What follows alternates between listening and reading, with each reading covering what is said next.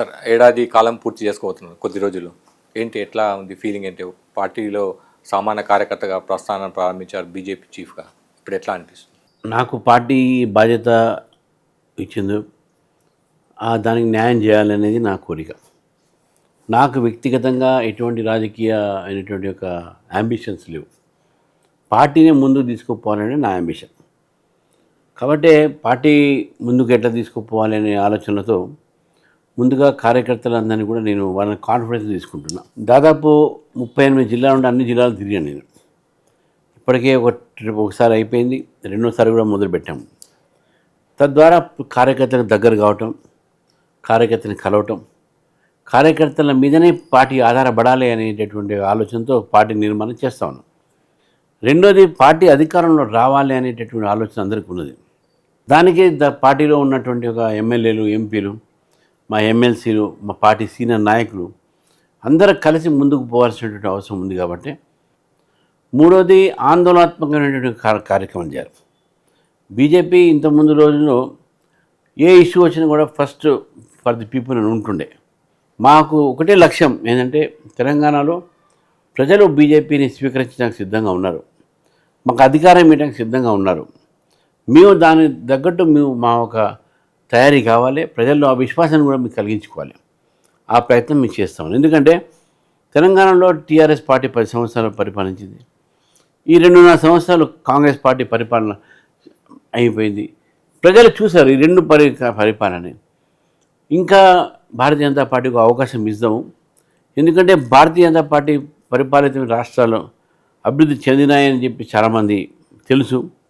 కాబట్టి ఆ నేపథ్యంలో బీజేపీకి అవకాశం ఉంటుంది, ఇక్కడ వస్తుంది అని చెప్పేసి మేము భావిస్తున్నాం. ఆ దిశలో మేము పనిచేస్తాం. తెలంగాణను కేంద్ర బీజేపీ జాతీయ పార్టీ కీలకంగా భావిస్తుంది. చాలాసార్లు కూడా ఇక్కడ అధికారంలో రావాలని ఆలోచన చేసింది.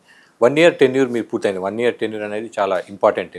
పార్టీ సమిష్టిగా ముందుకెళ్తుంది, వాళ్ళ వైపు నుంచి మీకు కోఆపరేషన్ ఉంది, లేకపోతే మీకుగా 1 year అనేది సాటిస్ఫాక్షన్ ఇచ్చిందా?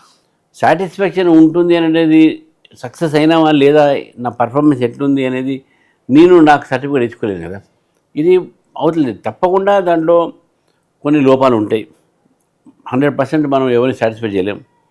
100% నేను డెలివరీ చేశాను కూడా నేను చెప్పను. బట్ ప్రయత్నం అయితే జరిగింది చాలా సీరియస్గా. ఆ ప్రయత్నంలో అందరి సహకారం దొరికింది నాకు. సహకారం అందరు చేశారు నాకు. ఎవ్వరు కూడా నా ప్రయత్నాన్ని ఎవరు కూడా దాన్ని తిరస్కరించలేదు, ప్రయత్నం చేశారు. తప్పకుండా ఈ ప్రయత్నంతో ముందుకు మేము వెళ్తాము. నా వరకు సాటిస్ఫై అయినదా లేదా అనేది నేను చెప్పకూడదు, కార్యకర్తలు మాకు చెప్పాలి. Cadre should assess me, people should assess me how I perform. So నేను నేను వదిలిపెడతాను. మంచిగా అంటే మంచిది, లేదు నువ్వు మంచిగా చేయలేదు, ఈ సజెషన్ నాకు ఇవ్వాలంటే వాళ్ళు కూడా ఇవ్వచ్చు మనకు. అటువంటి ఓపెన్నెస్ నాకు ఉన్నది. రామచంద్ర, రాష్ట్రంలో కాంగ్రెస్ అధికారంలో ఉంది, విపక్షాలుగా అటు బీఆర్ఎస్ ఇటు బీజేపీ ఉంది. పోరాటాలు కనుక చూస్తే బీఆర్ఎస్తో ధీటుగా కాంగ్రెస్ పైన మీరు పోరాటాలు చేశారా ఈ ఏడాది కాలంగా? మేము బీఆర్ఎస్తో కాంపిటీషన్ పోదలుచుకోలేదు. పార్టీగా పరిగణించట్లేదా? వాళ్ళకు అట్లనే ఒక పొలిటికల్ పార్టీగా మా పోరాటాలు అది లాంగ్ రన్ ఉంటుంది. వాళ్ళంటే మొన్న వరకు అధికారం ఉండే, వాళ్ళకు డబ్బు ఉన్నది, వాళ్ళకి ఇంకా ఎమ్మెల్యేలు మాకనే ఎక్కువ ఉన్నారు, వాళ్ళకి యంత్రాంగం ఉన్నది, వాళ్ళ చేతులు చాలా మీడియాలు కూడా ఉన్నాయి. మాకు అవన్నీ ఏం లేవు కదా. మాకంతా కూడా ప్రజల ఒక మధ్యన పోయి ప్రజా సమస్య మీద పోరాడడానికి మాకు మా కార్యకర్తల శక్తి, మా నాయకుల దిశానిర్దేశం చాలు. మాకు డెఫినెట్గా నేను పూర్తిగా నమ్ముతున్నాను, భారతీయ జనతా పార్టీ మాత్రమే శక్తి ఉన్నది. కమిటెడ్ కార్యకర్తలు మాకున్నాను. ఎండ్ దాకా ఒక ఏజెన్సీ తీసుకుపోతాం మేము. కాబట్టి ప్రజల యొక్క పోరాటంలో బీజేపీ ముందుంటుంది.